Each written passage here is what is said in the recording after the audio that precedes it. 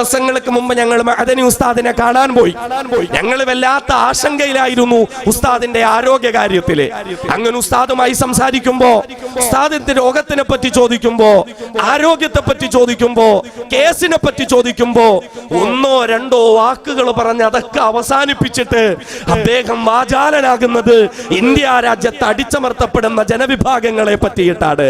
കാശ്മീരിലെ ജനങ്ങളെ പറ്റിയിട്ടാണ് അബ്ദുൽ നാസർ മഅദനി വാചാലനാകുന്നത്. ആസാമിലെ ജനങ്ങളെ പറ്റിയിട്ടാണ് അബ്ദുൽ നാസർ മഅദനി വാചാലനാകുന്നത്. ഇന്ത്യ രാജ്യത്ത് അടിച്ചമർത്തപ്പെടുന്ന മുസ്ലിം ദലിത് ന്യൂനപക്ഷ സമൂഹത്തിൽപ്പെട്ട പാവപ്പെട്ട മനുഷ്യരെ പറ്റിയിട്ടാണ് അബ്ദുൽ നാസർ മഅദനി വാചാലനാകുന്നത്. അദ്ദേഹം പറയുന്നത് അവരൊക്കെ അനുഭവിക്കുന്ന പീഡനത്തിന്റെ 1000-1 പോലും ഞാൻ അനുഭവിക്കുന്നില്ലല്ലോ, എനിക്കത് വെച്ച് നോക്കുമ്പോ പ്രശ്നങ്ങളൊന്നുമില്ലല്ലോ എന്ന് പറയുന്ന, എനിക്ക് മുമ്പ് സംസാരിച്ച സുഭാഷ് എന്ന സഹോദരൻ പല ആവർത്തി മഅദനി എന്ന് പേര് പറയുമ്പോ അദ്ദേഹം അതോടൊപ്പം ചേർത്ത് പറഞ്ഞൊരു വാക്ക് നാം ശ്രദ്ധിക്കണം, മനുഷ്യ സ്നേഹിയായ മഅദനി. അദ്ദേഹം അത് പലതവണ മഅദനി എന്ന് പേര് പറയുമ്പോഴൊക്കെ മനുഷ്യ സ്നേഹിയായ മഅദനി എന്ന് പറയാൻ അദ്ദേഹം ശ്രദ്ധിച്ചു. സത്യമാണ്, അബ്ദുൽ നാസർ മഅദനി ഒരു മനുഷ്യ സ്നേഹിയാണ്. അദ്ദേഹം ഒരു മനുഷ്യ സ്നേഹിയാണ്. ഒരു മനുഷ്യനെ ഇങ്ങനെ ഇട്ട് പീഡിപ്പിക്കട്ടെ എന്ത് കാര്യമുള്ളത് അല്ലേ? കേരളത്തിന്റെ മതപ്രഭാഷണ വേദികൾക്ക് ഒരു വേറിട്ട മുഖമായിരുന്നു അബ്ദുൽ നാസർ മഅദനി നമുക്ക് സമ്മാനിച്ചത്. പരലോകം മാത്രം ചർച്ച ചെയ്യപ്പെടുന്ന, അല്ലെങ്കിൽ ഇസ്ലാമിക ചരിത്രങ്ങൾ മാത്രം ചർച്ച ചെയ്യപ്പെടുന്ന, ഖബറും മരണവും മാത്രം ചർച്ച ചെയ്യപ്പെടുന്ന മതപ്രഭാഷണ വേദിയിൽ നിർഭയത്വത്തിന്റെ സന്ദേശം അബ്ദുൽ നാസർ മഅദനി നമുക്ക് നൽകി. ഒരുത്തനെയും ഭയപ്പെടാതെ ഇന്ത്യ രാജ്യത്ത് നമുക്ക് ജീവിക്കാൻ പറ്റണമെന്ന വലിയ കാലികമായ സന്ദേശങ്ങൾ അബ്ദുൽ നാസർ മഅദനി നമുക്ക് നൽകി. നീതി നിഷേധത്തിനെതിരെ അദ്ദേഹം ശബ്ദമുയർത്തി. മുസ്ലിം മതവേദികളിൽ ദലിത് വിഭാഗം അനുഭവിക്കുന്ന പ്രശ്നങ്ങൾ അദ്ദേഹം ചർച്ച ചെയ്തു. കറുത്തവനായ ബിലാൽ റളിയല്ലാഹു അൻഹു ത്യാഗങ്ങൾ അനുഭവിച്ചപ്പോൾ ആ ബിലാൽ എന്ന കറുകറുത്ത നീഗ്രോ അടിമയെ മോചിപ്പിച്ചു കൊണ്ടുവന്ന ഹബീബായ മുത്തലി മുഹമ്മദ് മുസ്തഫ സ്വല്ലല്ലാഹു അലൈഹി വസല്ലമ തങ്ങളുടെ ചരിത്രം പറഞ്ഞിട്ട് ഇന്ത്യ രാജ്യത്ത് പീഡിപ്പിക്കപ്പെടുന്ന കറുത്തവർക്ക് വേണ്ടി, താഴ്ന്ന ജനങ്ങൾക്ക് വേണ്ടി, അധസ്ഥിത ജനവിഭാഗക്കാർക്ക് വേണ്ടി പ്രവർത്തിക്കണമെന്ന് അബ്ദുൽ നാസർ മഅദനി നമ്മളോട് പറഞ്ഞു. മഅദനി എന്ന ആ യുവ പണ്ഡിതൻ കേരള രാഷ്ട്രീയത്തെ ചില സമയങ്ങളിൽ പിടിച്ചുകുലുക്കിയില്ലേ? കേരളത്തിന്റെ രാഷ്ട്രീയത്തിന്റെ ചരിത്രത്തിൽ സ്വാധീനം ചെലുത്താൻ മഅദനി എന്ന ഒരൊറ്റ മനുഷ്യനെ കൊണ്ട് സാധിച്ചില്ലേ? പുഷ്പം പോലെ ജയിച്ചു പോകുമെന്ന് കരുതിയ പല വമ്പന്മാരും അബ്ദുൽ നാസർ മഅദനിയുടെ രാഷ്ട്രീയ പ്രവർത്തനത്തിന് മുമ്പിൽ തോറ്റു തുന്നം പാടിയ അവസ്ഥകൾ വന്നില്ലേ? ഇങ്ങനെയൊക്കെ കേരളത്തിന്റെ മണ്ണിൽ ഒരുപാട് പ്രകമ്പനം കൊള്ളിപ്പിച്ച ഒരു പ്രഭാഷകൻ 990 ഇന്നലകളിൽ അബ്ദുൽ നാസർ മഅദനിയുടെ ജീവിതത്തിൽ വലിയ മാറ്റമാണ് ഉണ്ടായത്. അദ്ദേഹത്തെ ബോംബെറിഞ്ഞു കൊല്ലാൻ ശ്രമിച്ചു.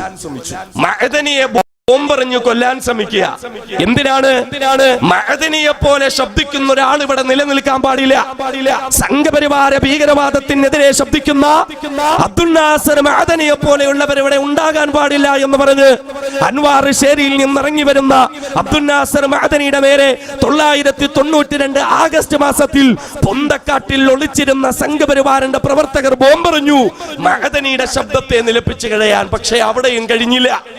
990-കൾ മഅദനിയുടെ ജീവിതത്തിൽ വല്ലാത്ത വഴിത്തിരിവുകളായിരുന്നു. ബാബരി മസ്ജിദ് തകർക്കപ്പെട്ട് കേരളത്തിന്റെ മണ്ണിലൊക്കെയും അബ്ദുൽ നാസർ മഅദനിയുടെ ശബ്ദമാണ് നമ്മൾ ഉയർന്നു കേട്ടത്. ബാബരി മസ്ജിദിന്റെ നീതി നിഷേധ വിഷയത്തിനെതിരെ ശബ്ദമുയർത്തി. ഇവിടുത്തെ സർക്കാരുകളെ ചോദ്യം ചെയ്തു, ഭരണാധികാരികളെ ചോദ്യം ചെയ്തു, അതിന് ഒത്താശ പാടിയവരെ ചോദ്യം ചെയ്തു. ബാബരി മസ്ജിദ് പുനർനിർമ്മിച്ച് നൽകപ്പെടണമെന്ന് അദ്ദേഹം അധികാര വർഗത്തോട് വിളിച്ചു പറഞ്ഞു. പലരും പറയുന്നത് മഅദനി കേരളത്തിൽ വർഗീയത ആളി കത്തിച്ചു എന്ന ആയിരുന്നോ സഹോദരങ്ങളെ? മഅദനി കേരളത്തിൽ വർഗീയത ആളി കത്തിച്ചോ? മഅദനി വികാരപരമായി പ്രസംഗം നടക്കിയോ? ശരിയാ, അബ്ദുൽ നാസർ മഅദനി ഇന്ത്യ രാജ്യത്ത് നീതി പുലർന്നു കാണണമെന്ന നീതിബോധമുള്ള ഒരു പൗരന്റെ വികാരം തന്റെ പ്രസംഗങ്ങളിൽ മഅദനി പ്രകടിപ്പിച്ചിരുന്നു. ഒരു മുസൽമാന്റെ വികാരം അബ്ദുൽ നാസർ മഅദനി തന്റെ പ്രസംഗങ്ങളിൽ പ്രകടിപ്പിച്ചിരുന്നു. പക്ഷേ അതിനപ്പുറം പലരും പറയുന്നത് പോലെ പ്രകോപനപരമായ അബ്ദുൽ നാസർ മഅദനി പ്രസംഗിച്ചോ? പ്രകോപനപരമായ അബ്ദുൽ നാസർ മഅദനി ബാബരി മസ്ജിദിന്റെ വിഷയം കൈകാര്യം ചെയ്തോ? അബ്ദുൽ നാസർ മഅദനിയുടെ പ്രസംഗം കൊണ്ട് ഒരു മുസ്ലിമും പ്രകോപിതനായി ഒരു അമ്പലത്തെയും തകർത്ത് കളഞ്ഞില്ല.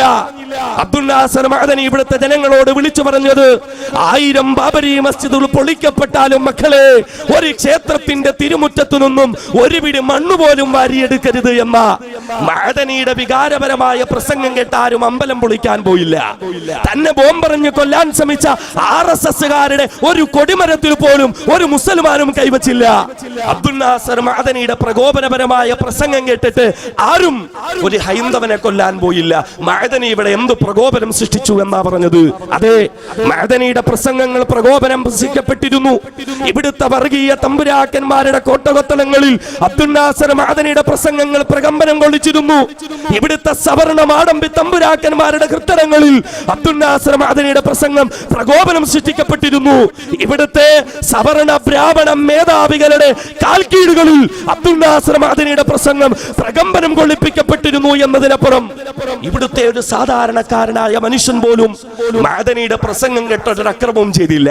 1990കളിൽ ഉമാഭാരതിയുടെ പ്രസംഗം കേട്ടിട്ട് ബോംബെയുടെയും സൂറത്തിന്റെയും മീററ്റിന്റെയും തെരുവോരങ്ങളിൽ കലാപങ്ങൾ അഴിച്ചുവിട്ട് ആയിരക്കണക്കിന് ആളുകളെ സംഘപരിവാരം കൊന്നില്ലേ? അബ്ദുൽ നാസർ മഅദനി അങ്ങനെ ചെയ്തിരുന്നില്ല. ബാൽ താക്കറയുടെ പ്രഭാഷണം കേട്ടിട്ട് പാവപ്പെട്ട മുസ്ലിം സ്ത്രീകളെ ചെറ്റക്കൂരയിൽ നിന്ന് പിടിച്ചിറക്കി കൊണ്ടുവന്ന് അതിക്രൂരമായി അവരെ മാനഭംഗം ചെയ്ത് അത് വീഡിയോ കാസറ്റുകൾ പകർത്തി ഏമാന്മാരുടെ കൊട്ടകൊത്തളങ്ങളിൽ ടിവികളിൽ ഇതിട്ട് കണ്ട് കൈയടിച്ചു പൊട്ടിച്ചിരിച്ചു. അബ്ദുൽ നാസർ മഅദനി അങ്ങനെ ചെയ്തില്ല. എന്നതുപോലെ തന്നെ അദ്വാനിയുടെ പ്രസംഗം കേട്ടിട്ട്, അശോക് സിംഘാളിന്റെ പ്രസംഗം കേട്ടിട്ട്, പ്രവീൺ തൊഗാഡിയെ പ്രസംഗം കേട്ടിട്ട് ഇവിടെ ഒരുപാട് കലാപങ്ങളും പ്രശ്നങ്ങളും ഉണ്ടായി. മഅദനിയുടെ ഒരൊറ്റ പ്രസംഗം കൊണ്ട് പോലും ഇവിടെ അങ്ങനെ ഒന്നും സംഭവിച്ചില്ല. നമുക്കറിയല്ലോ, കേരളത്തിന്റെ മണ്ണിലും കാസർഗോഡിന്റെ അതിർത്തി പ്രദേശത്തിൽ രാവിലെ മദ്രസയിലേക്ക് പോകുന്ന 6-7 വയസ്സുള്ള ഫഹദ് എന്ന പൊന്നുമോൻ, എന്താ അവന്റെ പ്രത്യേകത? അവൻ ഒരു എൻഡോസൾഫാൻ ബാധിതനായിരുന്നു. നല്ലതുപോലെ നടക്കാൻ പോലും പറ്റാത്ത പൊന്നുമോൻ.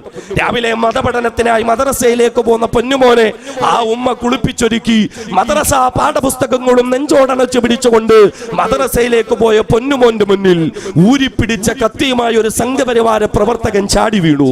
അവനോടൊപ്പം ഉണ്ടായിരുന്ന അവന്റെ കൂട്ടുകാരൊക്കെ ഓടി ഒളിച്ചപ്പോൾ ഫഹദ് എന്ന എൻഡോസൾഫാൻ ബാധിതനായ വികലാംഗനായ പൊന്നുമോന് അവൻ ഓടിപ്പോകാൻ പറ്റിയില്ല. ആ ഫഹദ് എന്ന പൊന്നുമോനെ മടിയിൽ പിടിച്ച് മലർത്തി കിടത്തിയിട്ട് ആ സംഘപരിവാര പ്രവർത്തകൻ അവന്റെ കഴുത്തറുത്ത് കൊന്നുകളഞ്ഞിട്ട് പോലീസ് സ്റ്റേഷനിൽ അവൻ മൊഴി കൊടുത്തത് തലേ ദിവസം ഉറങ്ങാൻ കിടന്നപ്പോൾ താൻ കേട്ട ശശികലയുടെ പ്രസംഗത്തിൽ നിന്ന് ആർജവം ഉൾക്കൊണ്ടിട്ടാണ് താൻ ഇത് ചെയ്തത്. കാരണം അവനൊരു മുസൽമാനാണ്. അതിലുപരി ഫഹദിന്റെ വാപ്പ ഒരു കമ്മ്യൂണിസ്റ്റ് പാർട്ടി പ്രവർത്തകനായിരുന്നു എന്നതുകൊണ്ടാ. ഇങ്ങനെയൊക്കെ പലരുടെ പ്രസംഗങ്ങൾ കൊണ്ടും പലരുടെ പ്രഭാഷണങ്ങൾ കൊണ്ടും പലരുടെ പ്രവർത്തനങ്ങൾ കൊണ്ടും രാജ്യത്ത് കലാപങ്ങൾ നടത്തപ്പെട്ടു. പക്ഷേ അബ്ദുൽ നാസർ മഅദനി കേരളത്തിന്റെ മണ്ണിൽ ആയിരക്കണക്കിന് പ്രഭാഷണ വേദികൾ കൈകാര്യം ചെയ്തു. അദ്ദേഹത്തിന്റെ ഒരൊറ്റ പ്രസംഗം കൊണ്ട് രാജ്യത്താരെങ്കിലും നിയമം കയ്യിലെടുത്തതിന്റെ ഒരു തെളിവ് കാണിച്ചു തരാൻ പറ്റുമോ? അദ്ദേഹത്തിന്റെ പ്രസംഗം കേട്ട് ആരെങ്കിലും ഒരു നിരപരാധിയെ കൊന്നതിന്റെ തെളിവ് കാണിച്ചു തരാൻ പറ്റുമോ? അദ്ദേഹത്തിന്റെ ഒരു പ്രസംഗം കേട്ടിട്ട് എവിടെയെങ്കിലും രാജ്യത്തിനൊരു കുഴപ്പമുണ്ടാകുന്ന പ്രവർത്തനങ്ങൾ നടത്തപ്പെട്ടതായി കാണാൻ പറ്റൂല്ല. അബ്ദുൽ നാസർ മഅദനി ഒരിക്കലും പ്രകോപനപരമായി പ്രസംഗിച്ചിരുന്നില്ല. എന്നിട്ട് എന്തുണ്ടായി? മഅദനി ഇവിടുത്തെ രാഷ്ട്രീയക്കാരുടെ കൊള്ളരുതായ്മകളെ തുറന്നു കാണിച്ചു. ടാടാ പോട്ടാ പോലെയുള്ള നിയമങ്ങളിൽ പെടുത്തി മുസ്ലിമുകളായ ചെറുപ്പക്കാരെ ജയിലിലടച്ച് അവരിൽ മരുന്ന് കുത്തിവെച്ച് അവരുടെ തലച്ചോറിൽ മയക്കുമരുന്ന് തിരികെ കയറ്റി മസ്തിഷ്ക പ്രക്ഷാളനം നടത്തി ഭ്രാന്തന്മാരായി വലിച്ചെറിഞ്ഞ കഥ അബ്ദുൽ നാസർ മഅദനി ഇവിടെ വിളിച്ചു പറഞ്ഞു.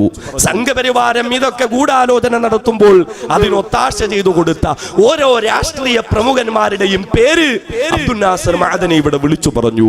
രാജ്യത്ത് നടക്കുന്ന നിയമലംഘനങ്ങളെ പറ്റി അദ്ദേഹം വിളിച്ചു പറഞ്ഞു. ബാബരി മസ്ജിദ് തകർക്കുമ്പോ വെറും ഈനാമ്പേച്ചികളെ പോലെ ഇവിടുത്തെ പട്ടാള സംവിധാനത്തെ നിർത്തിയ അധികാരികളെ അബ്ദുൽ നാസർ മഅദനി ചോദ്യം ചെയ്തു. അവരോടൊപ്പം ചേർന്ന ഓരോ മുന്നണികളെയും അബ്ദുൽ നാസർ മഅദനി ശക്തമായ ഭാഷയിൽ വിമർശിച്ചു. എന്തിന്റെ പേരിലാ? നീതിബോധമുള്ള ഒരു പൗരനായതിന്റെ പേരില്, ദീനീബോധമുള്ള ഒരു മുസ്ലിം ആയതിന്റെ പേരില്. അതിന് അദ്ദേഹം ഒരു തീവ്രവാദി എന്നാണ് പലരും പേര് വിളിച്ചത്. അതിന് അദ്ദേഹം പ്രകോപനപരമായി പ്രസംഗിച്ചു എന്നാ പേര് വിളിച്ചത്. എന്നാൽ ഞാനും നിങ്ങളും ഒന്ന് തിരിച്ചറിയണം, 1990 ഇന്നലകളിൽ അബ്ദുൽ നാസർ മഅദനി കേരളത്തിന്റെ മണ്ണിലൂടെ ഇന്ത്യൻ ജനതയ്ക്ക് ഏതൊരു സംഘപരിവാരത്തിന്റെ മുന്നറിയിപ്പാണോ നൽകിയത്?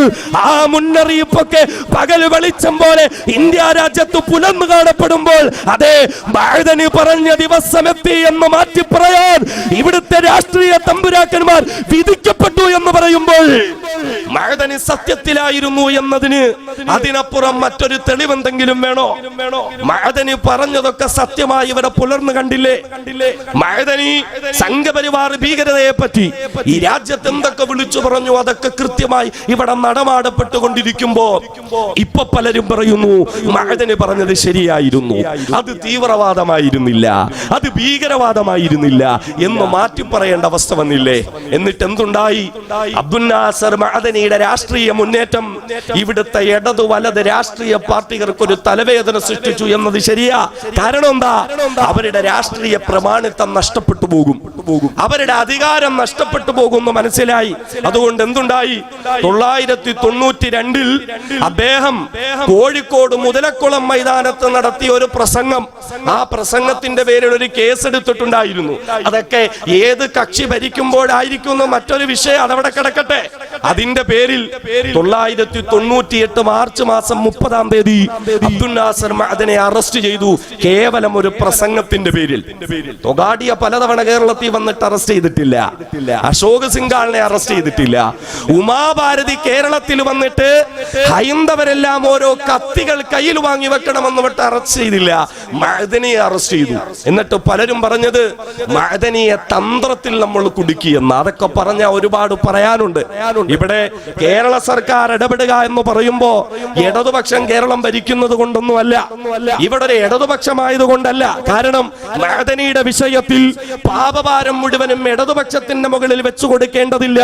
ഇവിടുത്തെ ഇടത് വലത് രാഷ്ട്രീയ കക്ഷികൾ ഉൾപ്പെടെ എല്ലാ മുന്നണികളും അബ്ദുൽ നാസർ മഅദനിയെ കുടുക്കാൻ വേണ്ടി ശ്രമിച്ചതും അദ്ദേഹത്തിന്റെ വിഷയത്തിൽ അഴുകടമ്പം നടപടി സ്വീകരിച്ചതിന്റെ 100 തെളിവുകൾ നമ്മുടെ മുന്നിലുണ്ട്. അദ്ദേഹത്തിന്റെ പ്രിയപ്പെട്ട ഉമ്മുമ്മ മരണപ്പെട്ടപ്പോൾ കേരളത്തിലേക്ക് വരാൻ വേണ്ടി പ്രത്യേക അനുവാദം ചോദിച്ചപ്പോ കേരളത്തിലെ ഒരു മുഖ്യമന്ത്രി ഇവിടെ നിന്ന് അങ്ങോട്ട് ഫാക്സ് അയച്ചു, മഅദനിയെ കേരളത്തിലേക്ക് വിടല്ലേ, അദ്ദേഹം വന്നാൽ ഇവിടെ കുഴപ്പമാവും, അതുകൊണ്ട് ഇടതും വലതും ഒക്കെ അവിടെ നിൽക്കട്ടെ.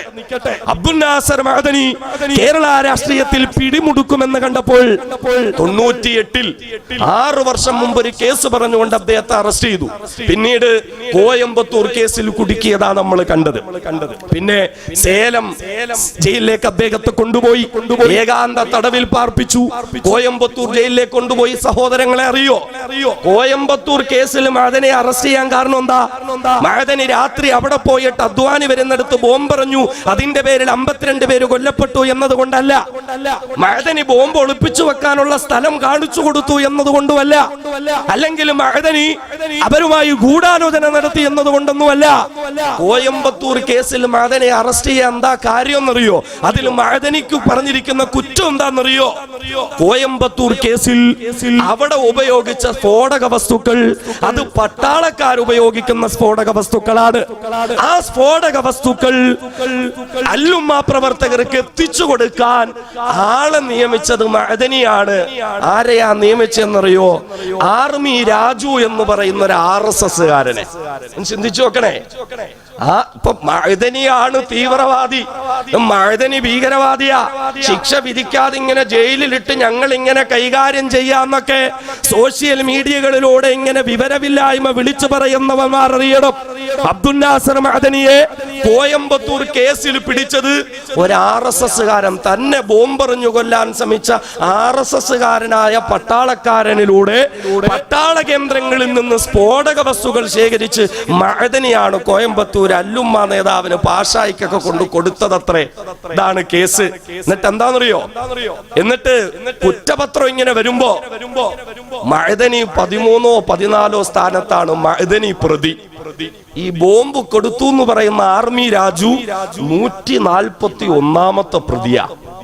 നമ്മൾ ചിന്തിച്ചു നോക്കണം. എന്ന് പറഞ്ഞാൽ മഅദനി എന്ന് പറയുന്ന മനുഷ്യൻ അദ്ദേഹത്തിന്റെ പാർട്ടിയോ രാഷ്ട്രീയോ ഒന്നുമല്ല, അദ്ദേഹം വിഭാവനം ചെയ്യുന്ന ആ നിലപാട്, ആ ഒരു സംഭവത്തെ ഇവിടെ എതിർക്കണം. സംഘപരിവാരത്തിന്റെ അജണ്ടയായിരുന്നു അത്, സംഘപരിവാരത്തിന്റെ അജണ്ടയായിരുന്നു. പിന്നീട് ഈ ആർമി രാജു തന്നെ താൻ ഒരു RSSകാരനാണ്, താൻ ശാഖകളിലൊക്കെ പങ്കെടുക്കുന്ന ആളാണ് എന്നൊക്കെ പറഞ്ഞ് നിക്കറിട്ട ഫോട്ടോ ഒക്കെ കോടതി കൊണ്ടുവന്ന് ഹാജരാക്കേണ്ടി വന്നു. അവസാനം അവസാനം അബ്ദുൽ നാസർ മഅദനി ഇവിടെ പറഞ്ഞ പോലെ 16,000-ൽ-അധികം പേപ്പറുള്ള കുറ്റപത്രവാ സമർപ്പിച്ചത്. 16,000 പേപ്പർ ഒക്കെയും തമിഴ് ഭാഷയില. അതൊന്നും മലയാളത്തിലാക്കി തരാൻ പറഞ്ഞിട്ട് പോലും അംഗീകരിച്ചില്ല. 2,500 സാക്ഷികളെ വെച്ചിട്ടാണ് മഅദനിയുടെ കേസ് കൈകാര്യം ചെയ്തത്. എന്നാൽ ഈ 2,500 സാക്ഷികളെ വിസ്തരിച്ചിട്ട് 16,000 പേപ്പറുകളുള്ള കുറ്റപത്രം സമർപ്പിച്ചിട്ട് പോലും മഅദനി ഒരു തീവ്രവാദിയാണ്, ഒരു ഭീകരവാദിയാണ് എന്ന് സ്ഥാപിച്ചെടുക്കാൻ സംഘപരിവാരം നേതൃത്വം കൊടുക്കുന്ന പലർക്കും ഇവിടെ സാധിക്കാതെ പോയി. 9.5 വർഷത്തിന് ശേഷം ഒരു കുറ്റവും ചെയ്യാതെ ആ മനുഷ്യൻ മോചിപ്പിക്കപ്പെട്ടു. സംഭവമൊക്കെ നമുക്കറിയാം. പക്ഷേ എന്നിട്ടും കേരളത്തിൽ വന്ന് 2-3 വർഷം മാത്രമാ മഅദനി ഇവിടെ സ്വസ്ഥമായി ജീവിച്ചത്. സ്വസ്ഥമാണെന്ന് പറയാൻ പറ്റുമോ? അപ്പോ ഒരു തടിയന്റെ ഇവിടെ നസീറിനെ കൊണ്ടുവരുന്നു, കളമശ്ശേരിയിൽ ബസ് കത്തിച്ച കേസ് കൊണ്ടുവരുന്നു. അദ്ദേഹത്തിന്റെ പാവപ്പെട്ട ഭാര്യയെ ആ കേസിൽ കുടുക്കി. നമ്മൾ ചിന്തിക്ക്, കലി അടങ്ങുന്നോ? എന്നിട്ടും 9.5 വർഷം ജയിലിലിട്ടിട്ട് കലി അടങ്ങിയോ? ഇല്ല. അദ്ദേഹത്തിന്റെ പ്രിയപ്പെട്ട ഭാര്യയെ കേസിൽ കുടുക്കി. നമുക്കറിയാം ആ പ്രിയപ്പെട്ട സഹോദരി, നിരപരാധിയായ ആ പാവപ്പെട്ട സഹോദരി കേസിൽ കുടുക്കി. മഅദനിയെ മാനസികമായി തളർത്താൻ ശ്രമിച്ചു. ആ പാവം സ്ത്രീയെ അറസ്റ്റ് ചെയ്തു. 3, 4, 5 ദിവസം അവരെ കസ്റ്റഡിയിൽ വെച്ചു. അവസാനം അവർക്ക് ജാമ്യം കിട്ടി പുറത്തു വരുമ്പോ അപ്പോ ഇതാ പുതിയ കേസ് വരുന്നു, ബാംഗ്ലൂർ സ്ഫോടന കേസ്. അങ്ങനെയാണ് മഅദനിയെ വീണ്ടും ബാംഗ്ലൂരിലേക്ക് കൊണ്ടുപോയത്. എന്നിട്ട് എന്താ, മഅദനി അവിടെ ജാമ്യാപേക്ഷ സമർപ്പിച്ചപ്പോ കോടതി പറഞ്ഞു എന്താണെന്നറിയോ? ബാംഗ്ലൂർ സ്ഫോടന കേസിൽ മഅദനിക്കെതിരെ വ്യക്തമായ തെളിവുകളൊന്നും ഇപ്പോ ഇല്ല എന്ന് പറഞ്ഞ അറസ്റ്റ് ചെയ്ത് മാസങ്ങൾക്കുള്ളിലുള്ള സംഭവ കൃത്യമായ തെളിവുകളൊന്നും ഇപ്പോ ഇല്ല. പക്ഷേ ആരോപിക്കപ്പെടുന്ന വ്യക്തി എന്നുള്ള നിലയിൽ അബ്ദുൽ നാസർ മഅദനിയെ പുറത്തുവിട്ടാൽ അത് കേസിനെ ബാധിക്കും എന്നുള്ളത് കൊണ്ട് ജാമ്യം കൊടുക്കാൻ പറ്റൂല. ഇതൊക്കെ എന്ത് നീതിയാണ്? ഇതൊക്കെ എന്ത് ന്യായമാണ്? ജാമ്യം എന്ന് പറയുന്നത് ഒരു പൗരന് നൽകപ്പെടേണ്ടെന്ന അവകാശമാണ് എങ്കിൽ മഅദനിയുടെ വിഷയത്തിൽ ആ അവകാശം പോലും ആ പാവപ്പെട്ട മനുഷ്യന് കൊടുക്കുന്നില്ല. എന്നിട്ട് മഅദനിയുടെ കേസ് കർണാടകയിലെ കോടതി നടത്തുകയാണ്. അങ്ങനെ നാളുകൾക്ക് ശേഷം അദ്ദേഹം രോഗത്തിന്റെ ആവശ്യങ്ങൾ ഉന്നയിച്ചു. പരപ്പന അഗ്രഹ ജയിലിൽ നിന്ന് പോലീസ് ഉദ്യോഗസ്ഥർ കോടതിക്ക് റിപ്പോർട്ട് സമർപ്പിച്ചു. അബ്ദുൽ നാസർ മഅദനി ഒരുപാട് രോഗങ്ങൾ കൊണ്ട് ബുദ്ധിമുട്ടുകയാ. ഈ പ്രായത്തിലുള്ള ഒരു മനുഷ്യന് വരുന്നതിനേക്കാൾ ഇരട്ടിയിലധികം രോഗം കൊണ്ട് അദ്ദേഹം ബുദ്ധിമുട്ടുകയാ എന്ന് പോലീസ് ജയിലിൽ നിന്ന് റിപ്പോർട്ട് കൊടുത്തിട്ട് പോലും മഅദനിയുടെ വിഷയത്തിൽ തീരുമാനമായില്ല. അവസാനം സുപ്രീം കോടതി ഇടപെട്ടു. ഒരു മനുഷ്യനെ ഇങ്ങനെ ഇട്ട് പീഡിപ്പിക്കണോ? ഒരു മനുഷ്യനെ ഇങ്ങനെ കഷ്ടപ്പെടുത്തണോ? നിങ്ങൾക്കിതൊന്ന് തീരുമാനമാക്കിക്കൂടെ? അതുകൊണ്ട് 1.5 വർഷത്തിനുള്ളിൽ തീരുമാനമാക്കണമെന്ന് പറഞ്ഞു സുപ്രീം കോടതി. തീരുമാനമായില്ല. വീണ്ടും കേസ് മുന്നോട്ട് പോയി. അവസാനം സുപ്രീം കോടതി ഒരു അന്ത്യശാസനം നൽകി. സുപ്രീം കോടതി ഒരു അന്ത്യശാസനം നൽകി. 3-4 മാസത്തിനുള്ളിൽ വിചാരണ പൂർത്തിയാക്കി കേസ് തീർക്കണമെന്ന് പറഞ്ഞു. എന്നിട്ട് എന്തുണ്ടായി? ഉടൻ തന്നെ കർണാടക സ്പെഷ്യൽ കോർട്ടിന്റെ ഭാഗത്ത് നിന്ന് അറിയിപ്പ് വരികയാണ്, മഅദനിയുടെ കേസിൽ UAPA ചുമത്തിയിട്ടുണ്ട്. അതുകൊണ്ട് UAPA ചുമത്തപ്പെട്ട കേസുകളൊക്കെ NIA ആണ് കൈകാര്യം ചെയ്യേണ്ടതെന്ന്. ഇത്രയും നാളിവന്മാർ ആ കേസ് നീട്ടിക്കൊണ്ടുപോയി. ഒരു മനുഷ്യനെ എല്ലാ നിലയിലും തകർത്താനും തളർത്താനും ശ്രമിച്ച് അവസാനം പറയുന്നു UAPA ചാർത്തിയത് കൊണ്ട് അത് NIA കൈകാര്യം ചെയ്യേണ്ട കേസാ. വീണ്ടും NIAക്ക് കൈമാറി. NIAയുടെ കോടതി ആദ്യം മുതൽ വീണ്ടും സാക്ഷി വിസ്താരം നടത്തണം. സാക്ഷികൾ എന്നൊക്കെ പറഞ്ഞ എന്താ? ഈ പറഞ്ഞ പോലെ കൊടകില് ഇഞ്ചിത്തോട്ടത്തിൽ പോയി മഅദനി ക്ലാസ് എടുത്തൂത്രേ എങ്കിൽ മഅദനിക്ക് അതിന് ഒത്താശ ചെയ്തു കൊടുത്ത സദാസമയം മഅദനിയോടൊപ്പം ഉണ്ടായിരുന്ന പോലീസുകാർക്കെതിരെ കേസില്ലയോ? അവരെ അവരുടെ ജോലിയിൽ നിന്ന് സസ്പെൻഡ് ചെയ്തിട്ടുണ്ടോ? അവർക്കെതിരെ എന്തെങ്കിലും നടപടി സ്വീകരിച്ചിട്ടുണ്ടോ? ഇതൊന്നും ചോദിക്കാൻ പാടില്ല. പോലീസുകാരെയൊക്കെ വെട്ടിച്ച് ഒറ്റക്കാലനായ മഅദനി ഹബീബായ റസൂൽ സല്ലല്ലാഹു അലൈഹി വസല്ലം മിഅ്റാജ് നടത്തിയതുപോലെ കേരളത്തിൽ നിന്ന് ഇഞ്ചിത്തോട്ടത്തിലേക്ക് പോയത്രേ. എന്നിട്ട് അവിടെ ക്ലാസ് നടത്തി. അവിടുന്ന് കൊണ്ടുവന്ന സാക്ഷികളൊക്കെ റഫീഖ് എന്ന് പറയുന്ന ആള് ആദ്യം മഅദനിയെ ഞാൻ അവിടെ കണ്ടു എന്ന സാക്ഷി പറഞ്ഞാള് പിന്നീട് കോടതിയിൽ വന്നു പൊട്ടിക്കരഞ്ഞു, ഇല്ല ഞാൻ മഅദനി അവിടെ കണ്ടിട്ടില്ല. പിന്നെ എന്തിനാ നിങ്ങൾ കണ്ടു എന്ന് പറഞ്ഞതെന്ന് കോടതി ചോദിച്ചപ്പോ അയാൾ പൊട്ടിക്കരഞ്ഞുകൊണ്ട് പറഞ്ഞു, പോലീസ് എന്നെ ഭീഷണിപ്പെടുത്തിയതാണ്, പോലീസ് എന്നെ ഭീഷണിപ്പെടുത്തിക്കൊണ്ട് പറയിപ്പിച്ചതാ. എനിക്കെതിരെ കേസെടുക്കും, കള്ളക്കേസിൽ കൊടുക്കും, തീവ്രവാദിയാക്കുമെന്ന് ഭീഷണിപ്പെടുത്തിക്കൊണ്ട് എന്നെ കൊണ്ട് പറയിപ്പിച്ചതാ. ആലുവയ്ക്കടുത്തുള്ള ജോർജ് എന്ന ക്രൈസ്തവ സഹോദരൻ പറഞ്ഞു, പോലീസ് എന്നെ എവിടെയൊക്കെ ഒപ്പിടിയിപ്പിച്ചു എന്നല്ലാതെ എന്താണെന്ന് എനിക്കറിയില്ല.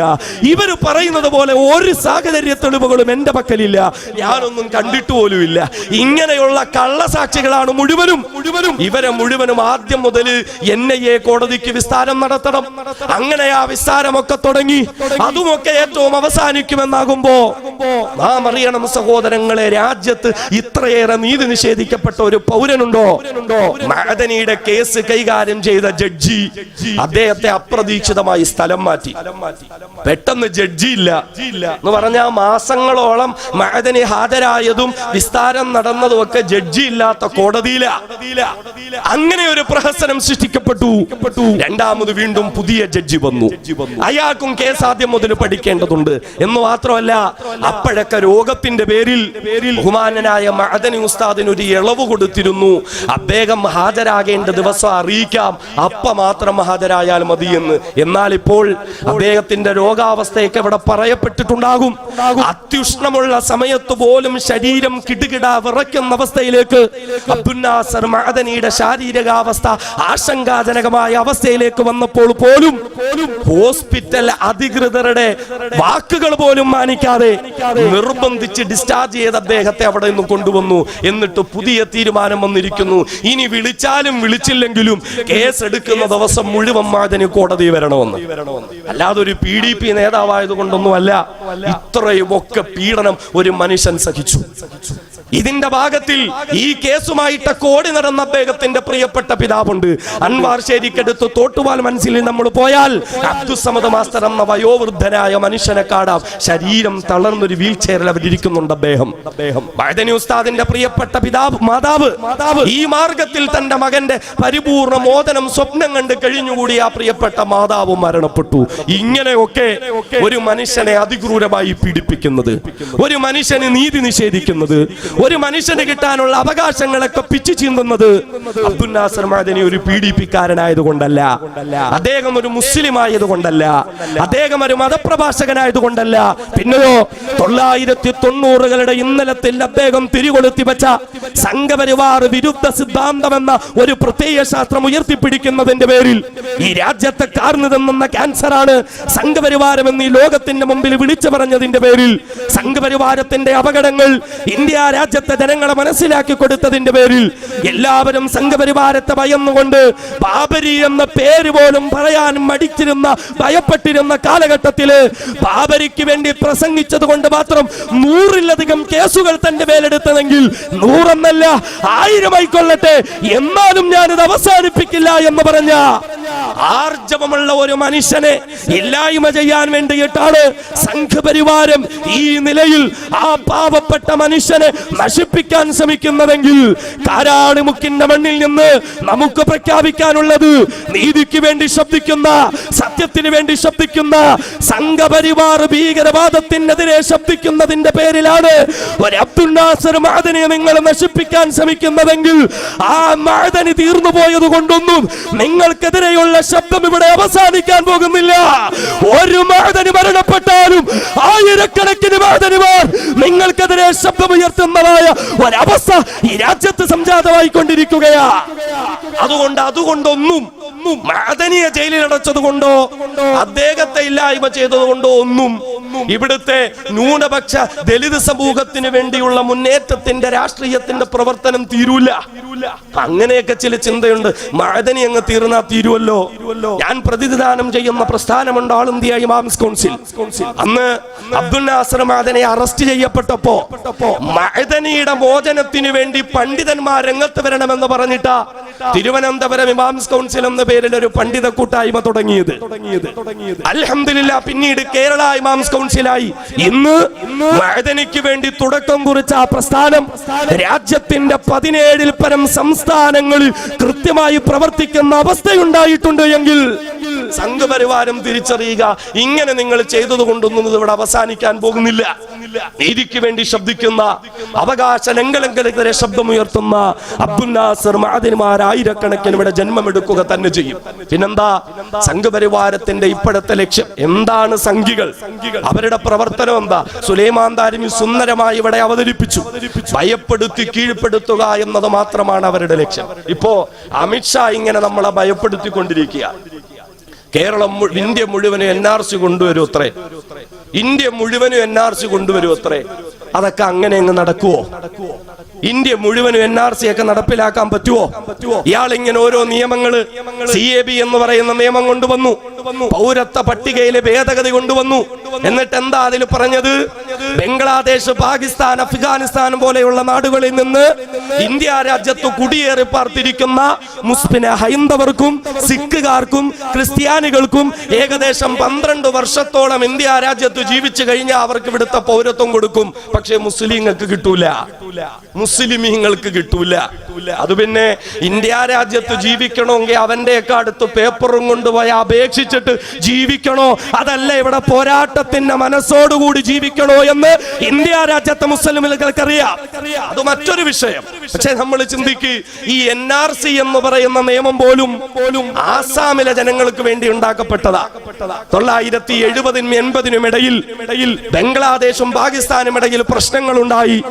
ആ പ്രശ്ന സമയത്ത് ബംഗ്ലാദേശിൽ നിന്ന് കുറെ ആളുകൾ ആസാമിലേക്ക് നുഴഞ്ഞു കയറിയത്രേ. അങ്ങനെ അവരെയൊക്കെ ഇവിടെ നിന്ന് പിടികൂടാൻ വേണ്ടിയിട്ടാണ് NRC എന്ന നിയമം. അത് പിന്നെ മുസ്ലിങ്ങൾ വന്നവരൊക്കെ നുഴഞ്ഞു കയറ്റക്കാരും ബാക്കിയുള്ളവരൊക്കെ കുടിയേറ്റക്കാരുമായിട്ടൊക്കെ അതൊക്കെ അവിടെ ഇരിക്കട്ടെ.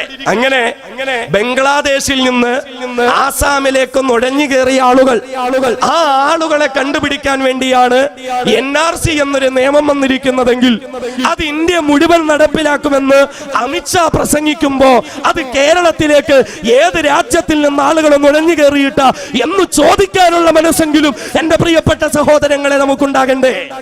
അതങ്ങനെ അങ്ങ് നടപ്പിലാക്കാൻ പറ്റുമോ? ഇയാള് വിചാരിച്ച അങ്ങനെ നടപ്പിലാക്കാൻ പറ്റുമോ എന്ന് പറഞ്ഞാ എന്താ? ആളുകളെ പേടിപ്പിക്കുക. ഞങ്ങൾക്കെതിരെ ആരെങ്കിലും ശബ്ദിച്ചാൽ ചിദംബരം കിടക്കുന്നത് കണ്ടോ, കർണാടകയിൽ ശിവകുമാർ കിടക്കുന്നത് കണ്ടോ, ഇനി പലരും കിടക്കേണ്ടി വരും ഇതുപോലെ എന്നൊക്കെ പറഞ്ഞ് ഭീഷണിപ്പെടുത്താൻ സാംസ്കാരിക നായകന്മാർ പ്രധാനമന്ത്രിക്ക് കത്തെഴുതിയപ്പോൾ അവർക്കെതിരെ കേസ് ഫയൽ ചെയ്തിരിക്കുന്നു, രാജ്യദ്രോഹ കുറ്റം എന്ന് പറഞ്ഞാൽ ഇവിടെ സംഘപരിവാരത്തെ ആദ്യം ചോദ്യം ചെയ്യാൻ പാടില്ല, സംഘപരിവാരത്തിനെതിരെ ആരും ശബ്ദിക്കാൻ പാടില്ല. അവരുടെയൊക്കെ നാവടയ്ക്കാൻ വേണ്ടിയിട്ടുള്ള ശ്രമമാണ്, അതിന്റെ ഒരു ഭാഗമാണ് മഅദനിക്കെതിരെ ചെയ്തുകൊണ്ടിരിക്കുന്നത്. അദ്ദേഹത്തെ ജയിലിലടച്ച് ഇല്ലാതെയാക്കുക.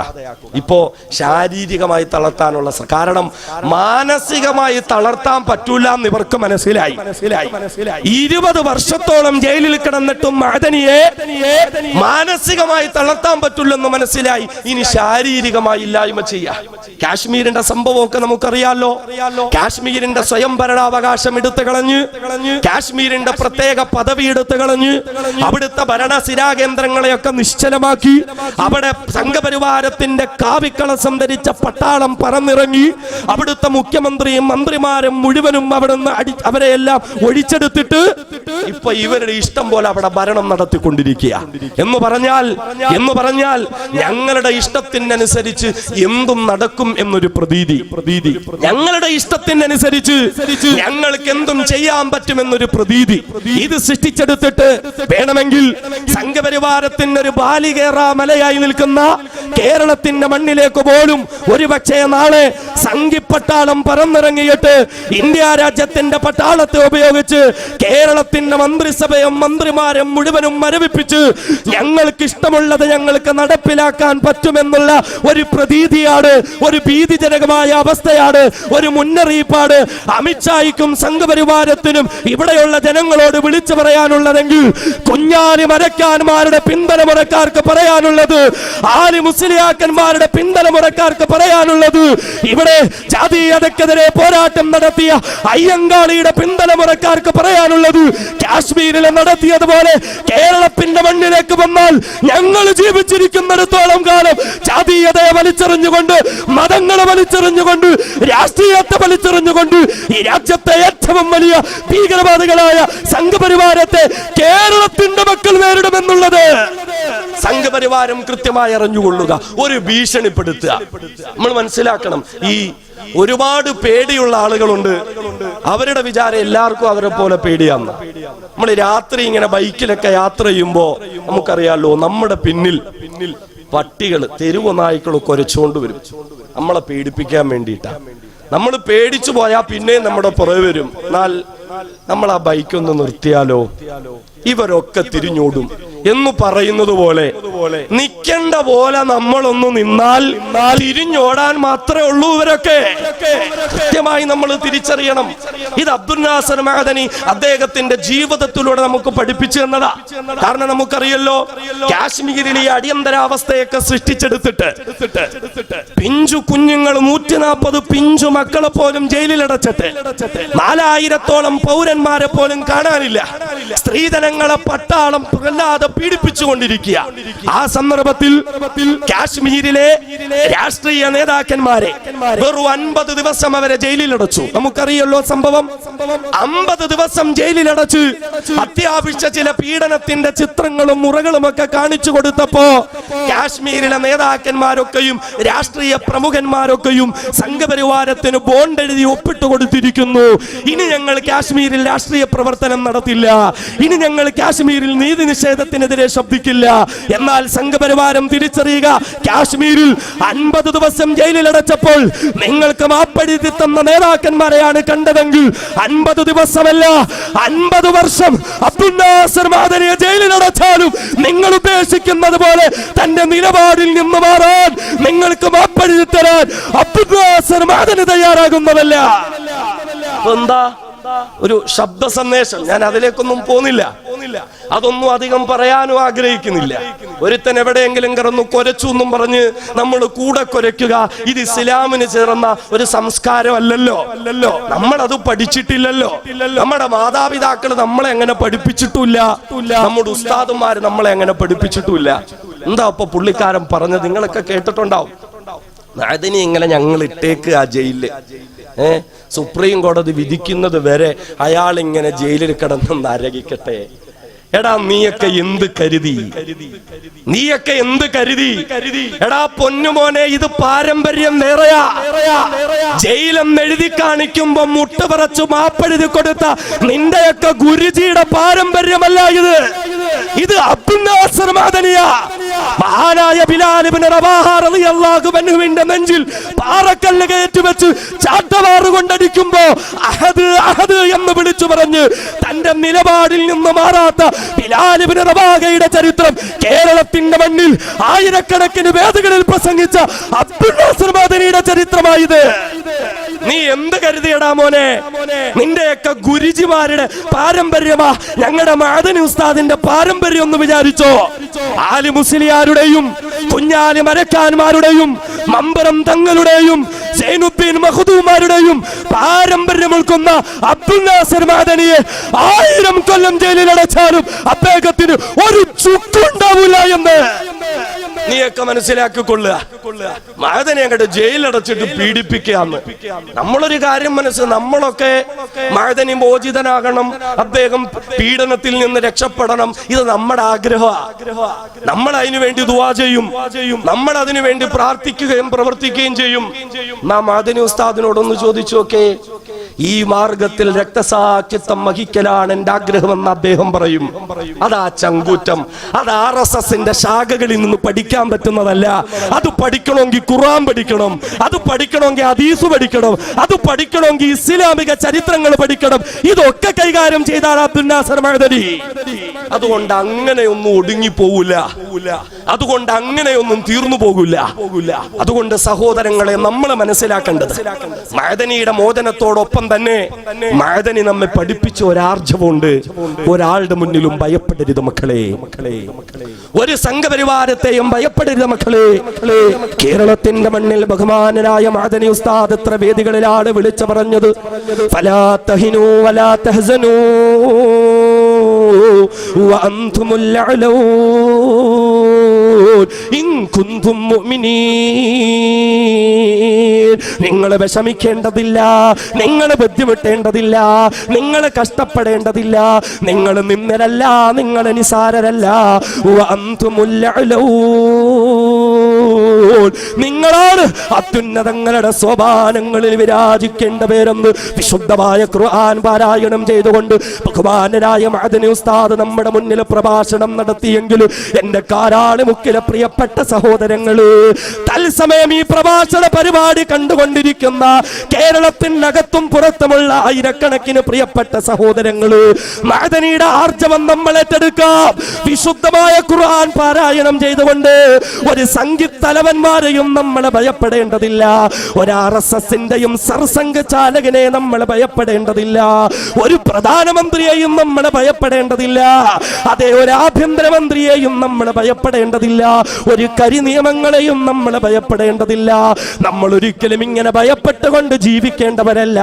നമ്മൾ കർമ്മരംഗത്തേക്ക് ധർമ്മസമരത്തിന്റെ പതാകകളുമായി കടന്നു വരേണ്ടവരല്ലേ. കേരളത്തിന്റെ മണ്ണുകളിൽ ബഹുമാനരായ മഅദനി ഉസ്താദ് പാരായണം ചെയ്ത ആയത്തുകൾ നമ്മൾ ഹൃദയത്തിൽ ഏറ്റെടുക്കട്ടെ.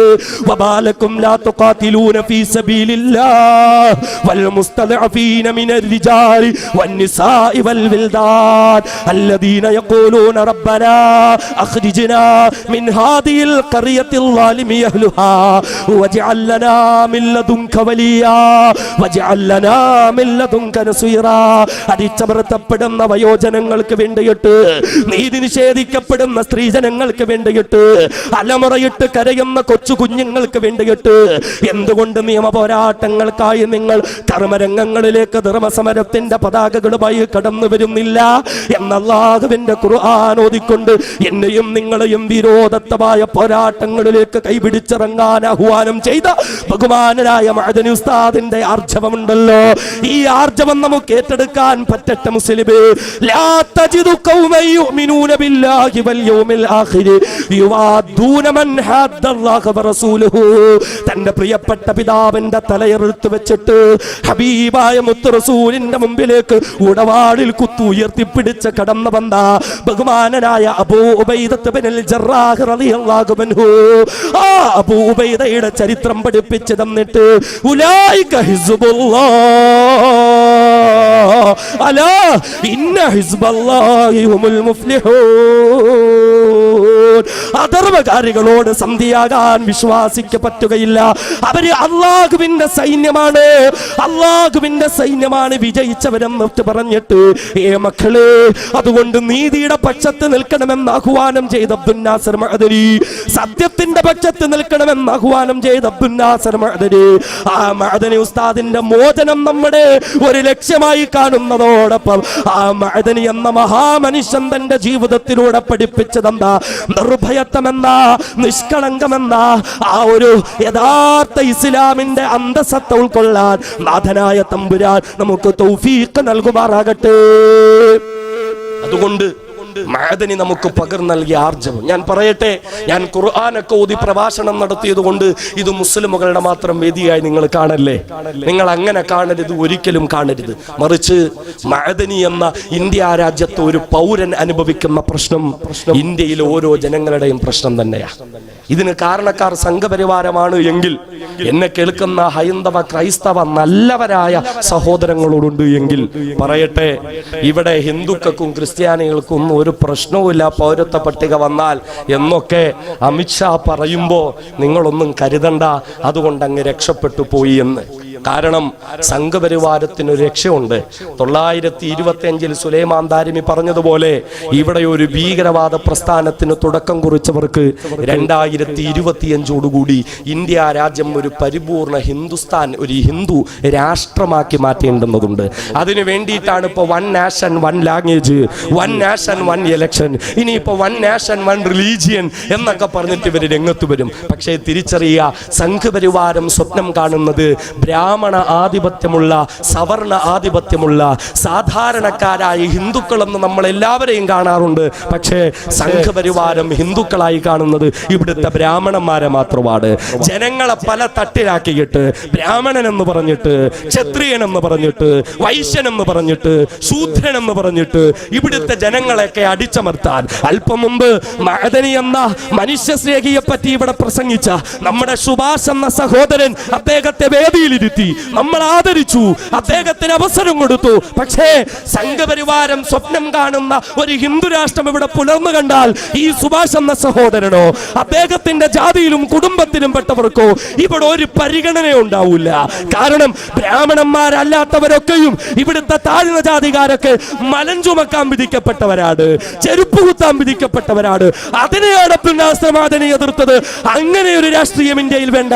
അവർണന് അധികാരം ഉണ്ടാകണം, പീഡിപ്പിക്കപ്പെടുന്നവന് മോചനം ഉണ്ടാകണം. അതുകൊണ്ട് സഹോദരങ്ങള്, മഅദനി ഉൾപ്പെടെ ഈ രാജ്യത്ത് പീഡനങ്ങൾ അനുഭവിക്കുന്ന ജനങ്ങൾ, അത് കാശ്മീരിലെ ജനങ്ങളായാലും, അത് ആസാമിലെ ജനങ്ങളായാലും, അത് ഗുജറാത്തിലെ ഉനയിൽ പശുവിന്റെ തോലുരിച്ചു, ചത്തുപോയി പുഴുവെടുത്ത പശുവിന്റെ തോലുരിച്ചു എന്ന കാരണത്താൽ സംഘപരിവാരം പട്ടാപ്പകല് പൊരുവെയിലത്ത് പോസ്റ്റിൽ കെട്ടിയിട്ട് ബെൽറ്റ് കൊണ്ട് അടിച്ചടിച്ച് ശരീരം പൊട്ടിച്ച ദലിത് കുടുംബത്തിൽപ്പെട്ട സഹോദരങ്ങളായാലും, അത് ഹരിയാനയിൽ പ്രിയപ്പെട്ട മാതാപിതാക്കളോടൊപ്പം ചെറ്റക്കൂരയിൽ കിടന്നുറങ്ങുമ്പോ ആ ചെറ്റക്കൂരക്ക് തീ കൊളുത്തിയിട്ട് തൊട്ടടുത്ത ദിവസം കരിഞ്ഞ് കരിക്കട്ടയായ 2 പിഞ്ചോമന മക്കളുടെ ചിത്രം കാണേണ്ടി വന്നു എങ്കിൽ ആ ചിത്രത്തിൽ കണ്ട ദലിത് കുടുംബത്തിലെ മക്കളായാലും ഇവിടെ സൂചിപ്പിച്ചതുപോലെ ഒരു തുറന്ന പ്രദേശത്ത് മലമൂത്ര വിസർജനം നടത്തിയതിന്റെ പേരിൽ 10ഉം 11ഉം വയസ്സുള്ള 2 പിഞ്ചു മക്കളെ അടിച്ചു കൊന്നു. അതിനുശേഷം നമ്മൾ കേട്ടില്ലേ, 1.5 വയസ്സുള്ള ഒരു പൊന്നുമോൻ നമ്മുടെ വീട്ടിലൊക്കെ ഇല്ലേ, നമ്മുടെ മക്കളൊക്കെ ഇല്ലേ, കാല് തെറ്റിയൊന്ന് വീണാ നമുക്ക് നോവൂല്ലേ, ആ മക്കളൊന്ന് കരഞ്ഞാ നമുക്ക് നോവൂല്ലേ? ഒന്ന് ചിന്തിച്ചു നോക്കേ. ദലിത് കുടുംബത്തിൽപ്പെട്ട 1.5 വയസ്സുള്ള ഒരു പൊന്നുമോൻ, ആ പൊന്നുമോന് മൂത്രം ഒഴിക്കാൻ തോന്നിയപ്പോ അവനൊരു പൊതുവഴിയിലിരുന്ന് മൂത്രം ഒഴിച്ചു.